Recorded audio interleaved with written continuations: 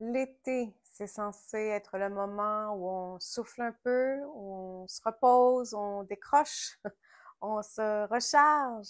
Mais pour beaucoup de gens, c'est pas vraiment ce qui se passe, hein, et on va se retrouver à boire plus, à grignoter plus, à passer des heures sur son téléphone, à faire des achats impulsifs, compulsifs, fuir dans des séries de télé, Netflix, chercher à tout prix une distraction. Et là, ensuite, qu'est-ce qu'on fait? On culpabilise, hein. On se dit, pourquoi je fais ça alors que j'ai enfin du temps? Pourquoi j'arrive pas à me détendre comme les autres? Pourquoi j'ai l'impression de fuir tout le temps, même en vacances? Voilà ce qu'on oublie souvent. Ce sont des comportements, ce ne sont pas des défauts, ce sont des signaux. Des signaux que votre système nerveux est encore en alerte, même si vous êtes en congé, même s'il n'y a rien de grave qui se produit en ce moment même. Ce que vous vivez, c'est peut-être juste un système qui n'a jamais vraiment appris à se sentir en sécurité, même quand tout va bien. Alors, l'été, quand les distractions tombent, ce vide intérieur, lui, ben, il va se faire entendre. Et c'est là qu'on commence à compenser, hein. C'est pas par des faiblesses, c'est pas du tout ça, c'est vraiment des besoins de se réguler. Et si jamais ça vous parle, que vous avez envie de commencer à pratiquer des exercices concrets pour laisser aller les mauvaises expériences du passé qui se font sentir encore dans le présent, il y a toujours mon programme Soigner les traumatismes de l'enfance. C'est un accompagnement qui est doux, qui sert à comprendre vos mécanismes et apprendre à les désactiver aussi à la racine. Et le lien est dans la description si vous avez envie d'y jeter un œil. Donc, ce n'est pas la joie qu'on va célébrer quand on est en vacances. C'est le vide qu'on tente d'anesthésier. Donc, boire un verre de vin entre amis, partager un repas festif, se laisser râler ici et là un petit peu plus que d'habitude, ça fait partie de l'été, on est d'accord. C'est très humain. Faites-le, je vous le souhaite.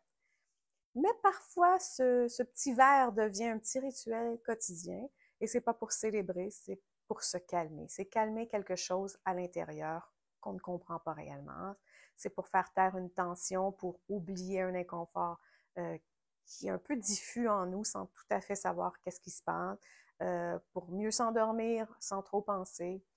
Et ce que ça va révéler, c'est pas un manque de volonté, pas du tout. C'est un signal.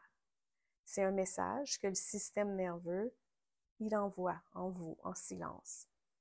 Sandra, je suis encore en hypervigilance. Sandra, j'arrive pas à descendre. Sandra, je me sens pas vraiment en sécurité. Même ici, même maintenant, même seul, ça ne se passe pas. Et donc, quand la joie n'est pas disponible, quand le calme intérieur n'est pas accessible, ben on va chercher à créer une forme artificielle de détente qui est une forme de dissociation. Et on peut le faire avec de l'alcool, on peut le faire avec du sucre, du bruit, des écrans, des achats. Et c'est pas pour se faire du mal, c'est parce qu'on ne sait pas encore comment se réguler autrement. Donc, il faut apprendre à regarder sans en avoir honte. On ne veut pas se blâmer, on veut commencer à entendre ce que le corps essaie de dire depuis si longtemps. Parce que sous l'alcool, sous les excès, ben, il y a souvent un besoin de sécurité émotionnelle qui n'a jamais été nourri.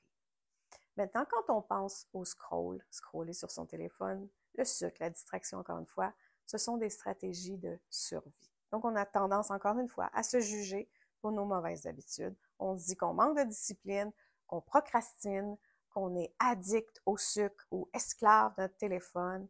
Mais ce qu'on oublie souvent, c'est que ces comportements ont une fonction. Et ces fonctions, ce sont des stratégies de survie et ce ne sont pas des caprices.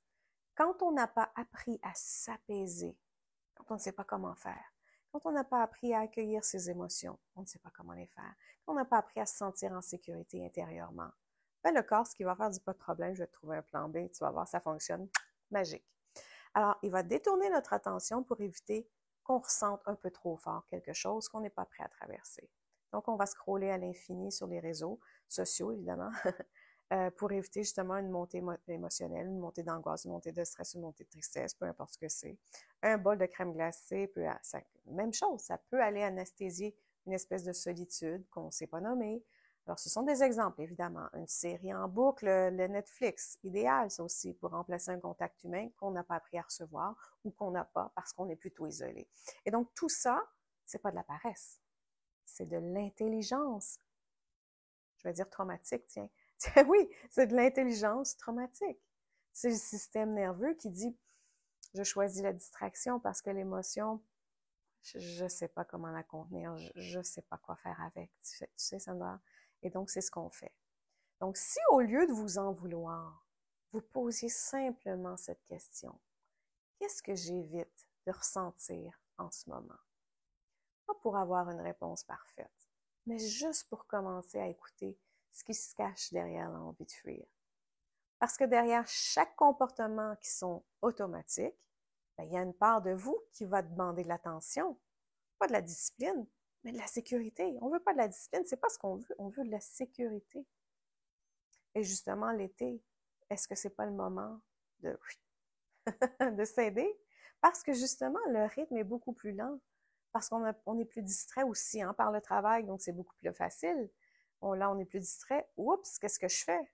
Les sensations vont remonter à la surface. Et c'est normal. Donc, c'est pas que vous faites une rechute. Vous êtes toujours dans dans le même moule que vous étiez avant. Mais là, aujourd'hui, vous avez une opportunité. C'est donc une invitation à écouter ce qui revient.